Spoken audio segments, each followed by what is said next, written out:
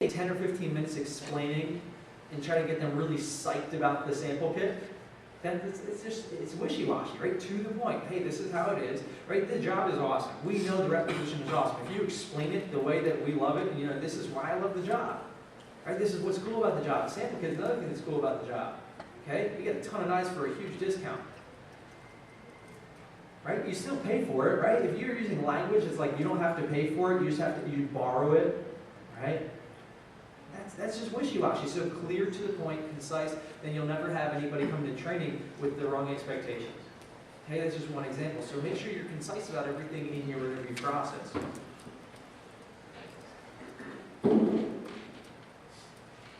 All right. So a couple things, a couple easy fixes, and I'll review some of these handouts. Is the demo. The demo takes an hour.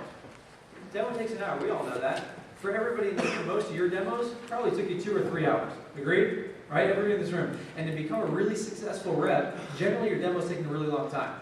Right? Because you're building rapport, getting a lot of recommendations, spending time with the customer, okay, building up orders. So if you tell somebody in our interviews, I know a lot of the interview verbiage says the interview takes about 40 minutes, okay, some a little bit longer, some a little bit shorter. No, the demo takes an hour. Right? Demo takes an hour. Because if they go into the job thinking their demo takes 45 minutes, then they're going to start cutting things out of their demo in order to cut it down to 45 minutes. Right? Because they're like thinking, man, my demo took an hour. I'm spending way too much time. Let me stop building rapport. That way I can get down to 45 minutes. Right? Because if we explain things one way, we give them the expectation that it should be this long, then they're going to start cutting things out. That's why they do a crappy demo. Oh, I was in and out in a half hour. They think it's cool to have a short demo because in the interview we promote that it's a short demo. Right? They're trying to impress you. Oh, I was done in 20 minutes. No, hey, demo takes an hour. And guess what? Some of our reps, it takes them like 2 hours to do a demo. Why do you think it might take longer? Yeah, because they're getting fed and they're building a great relationship with the customer. How cool is it? They can sit in Mrs. Jones' house for 2 hours. They can get a free meal and get paid for it. That's more exciting. I think that's exciting to a rep. Right? You don't have to lie about the job. Right? Be honest. Hey, some reps take 2 hours. I sat in a customer's house one time for 5 hours and I got breakfast and lunch. That was the coolest thing ever. Right? Why not? You say that during training, they get excited about that. And you're like, dude, I slept over.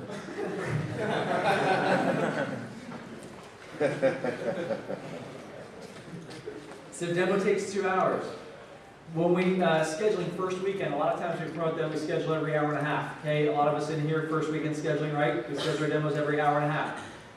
For those of you, you end training at 3 o'clock. First demo is what time? 3:30. Okay, second demo is what time? 5 o'clock. I want to know, just by the smiles on your face and like the head shaking of disappointment, what percentage of reps actually do that 5 o'clock demo and it doesn't get rescheduled? How many people they do their 3:30 demo and they're actually on time to that 5 o'clock demo and they actually do their demo? What percent would you think? Higher or lower than 50%? Lower. Lower, right? It's more like 20%. Think about it. Every single Saturday, your reps do their first demo at 3:30. They end at about 5 o'clock. They call you at like 5:15, right? They call you and they say, just finished my demo, went really long. Oh, by the way, I had to reschedule my second demo because I was running late. Almost every time, right? That's a common conversation. So if you have your reps schedule their appointments every 2 hours, then you don't run into that, right? Their first weekend, they schedule their appointments every 2 hours. We tell this during training, or during the interview, right? And so they schedule their appointments every 2 hours, and they do it 3 o'clock, 5 o'clock, 7 o'clock, and 9 o'clock. That's 4 demos in their first day. It's a great day. It should be a grand day. Plus, they have more time to focus on their demo, so they're doing a great demo. They're taking their time. They're not rushing. Plus, what's the reason why people don't get recommendations their first weekend? It's not because they don't follow the manual. They follow the manual more in their first weekend than they ever do in the rest of their career with Vector. The only time that they follow their manual is in their first weekend. So they're reading the script perfectly. They're asking the right way. The reason why they don't get recommendations their first weekend is because they don't ask. It's because they don't have enough time. Because they schedule their appointments every hour and a half. They're finished up with the demo. They're like, oh crap, I got to get to my next demo. Hey, Aunt Sally, I'll call you for recommendations. They don't even ask. Ask your reps. And the reason why I figured this stuff out is because I asked my reps. I said, hey, why didn't you get recommendations your first weekend? I didn't have enough time.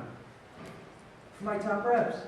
It's not that they didn't ask, because when you ask them, hey, did you ask for recommendations? Oh yeah, I asked. How many did you get? 2. Oh, they didn't want to give me any. That's because you didn't ask them for any. Right? It's because you don't have enough time. So scheduling the appointments every 2 hours. It's just one of these little things. Right? So you promote that during the interview too. Hey, by the way, in the first weekend we schedule our appointments a little bit further apart. The reason why is because when you first get started, you're not going to be that great at the job. Once you get better, then you'll be able to manage your own schedule a little bit better. Okay? PDI. Right? We all have reps that they don't call in for PDI, and then they get frustrated. They're like, I have to call in so much. I'm always calling. I'm always talking to the office. I'm spending so much time working, and I'm not even doing demos. During the interview, we set this up because the interview is day 1 of training, right? Interview is day 1 of training. So, hey, guys, we have something called personal daily interaction. It's when we catch up, we talk to you, and we check in with your schedules, right? That's how most people say it, right? It's just when we talk to you, it's how we keep track of your stats. Now, hey, personal daily interaction is our opportunity to coach you, guide you, and get you better at the job.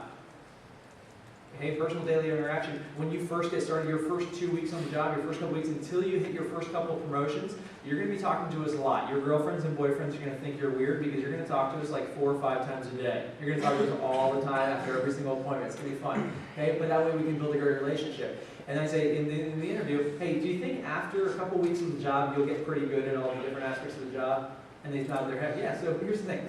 We talk to reps a lot in their first couple of weeks in order to get them really good at the job. Once they're really good at the job, they can be more independent, they can be self-sufficient because they already know all the basics and they know the foundations.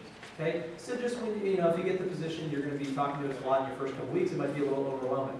And I say that. Hey, it's going to be mentally, physically, and emotionally draining. Okay, it's going to be a little overwhelming your first couple of weeks, but that's cool because think about how great the job's going to be when you can be really independent, work your own schedule, and you just check in once in the morning, once in the evening. Okay? Now during training, the expectation for PDI is that they call in, they check in the morning before their first appointment, they check in after every single appointment, even if there's no sale. And I spend 5 or 10 minutes explaining the reason why PDI is so important. Why is PDI so important? And after sale, after no sale, I explain the different situations and why it benefits them. So put it in terms of why it benefits them. And then I say, hey, listen, after you hit your first 2 promotions, for PDI in my office is after they hit their 3K promotion, they check in the morning and let me know how many demos they did, or they're going to do, and they check in at night and let me know how their appointments went. Because after their 3K, after the 3K promotion, are they on base pay anymore? No, generally not.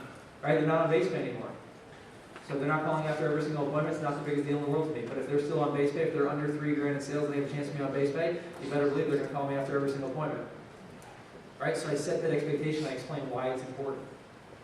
Okay, those are just some little things, setting the right expectations, because you don't want your reps, quitting after a week and saying, hey, the reason why I'm quitting is because I have to call you all the time and I don't like talking to you. Or I feel like it's overwhelming. I'm working so much, I'm doing so much. Okay, next big key is fast start expectation. Fast start expectation for income. You need to know the numbers. It's really important to know the numbers. If I ask you, when somebody sells $3,000 worth of Cutco in their first 10 days, how much do they earn? Once they hit $3,000 in sales, how much do they earn? $400.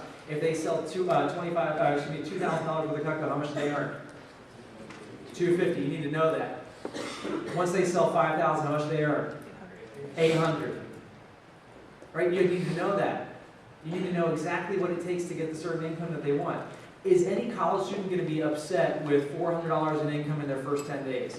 Your first week and a half on a job, you make $400. It's the best job. It's twice as much as their friends are making at their crappy jobs, right? $400 is awesome. So the goal, I say in training, hey, listen, I would love for everyone here to make $400 in your first week and a half. That's your first 2 promotions. The cool thing about it, you get $3,000 in sales, you had 2 promotions, you made $400, you're living on top of the world. Okay? Then a week and a half from now, you're making twice as much money as you're making right now. That's exciting. That's fired up. You don't have to, with the 10K and the 6K and all the higher numbers, you want to focus and target your top people. But for your general, average rep, $3,000 is an awesome fast start. For your average rep, $3,000 is an incredible fast start. $400 in income. What does it take to hit $3,000 in sales? 2 demos a day. And you need to know this. Why? 2 demos a day times 10 days is 20 demos. 20 demos is going to be 12 sales.